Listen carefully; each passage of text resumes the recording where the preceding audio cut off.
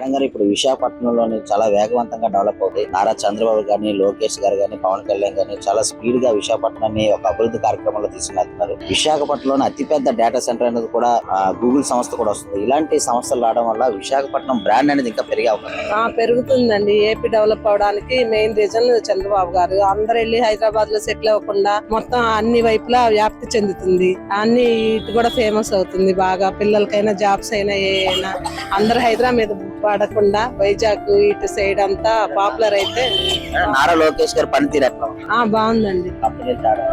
బాగుంది. ఇప్పుడు చంద్రబాబు నాయుడు గారు చూసినట్లయితే ఈ వయసులో కూడా అనేక రకాల దేశాలు తిరిగి కంపెనీలు పెట్టుబడులు తెస్తున్నారు. అలా ఆయన వల్లనే ఇంత ముందు హైదరాబాద్ డెవలప్ అయింది. ఇప్పుడు అమరావతి గాని, విజయవాడ గాని, ఈ వైజాగ్ గాని మొత్తం డెవలప్ చేస్తున్నారు. ఆయన పాలనలో బాగా ఇంకా ఇండియా ముందుకెళ్తుంది.